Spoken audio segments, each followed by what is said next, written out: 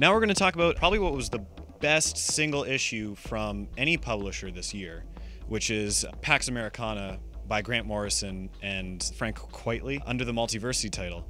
It was just every single layer of this for me was absolutely hit out of the park. This is an example of something that can only be done in comic books. So if you are looking for something experimental and something that's pushing the boundaries, I think this is it. Oh, I would agree. There's a lot of stuff going on in that book that, like Mike said, can only be done in comics. The panel layouts are extremely interesting, and the artwork's beautiful. It's a great book. It really is. Every issue of Multiversity has sort of been this standalone story. Well, and that's right? the thing is the plot, it almost doesn't matter. Not to say the plot isn't good, but like you look at a page like this, but basically you have a character investigating a crime, and on the page, each panel is jumping back and forth between two different time periods. Is it 2 or 3? I think it's 3. Yeah, I think it's 3. Yeah. Yeah, 3 different time periods.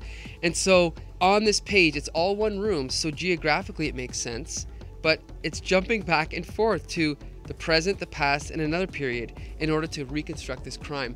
And again, you could not do that in a book, you could not do that in a play, you could not do that in a movie, and that's why this is amazing. Exactly. I mean, just imagining like how that would play out in anything other than a comic book is pretty much impossible. And it also warrants multiple reads, and it's rewarding on each. Yeah, like anything Morrison, but even more so this, because it's so dense. It definitely needs a reread. I mean, everything in this book comes down to just a perfectly and tightly constructed comic book, from the panels, the art, the writing, and the characters involved. I mean, it's just the best. You got it. I agree. The best single issue of the year.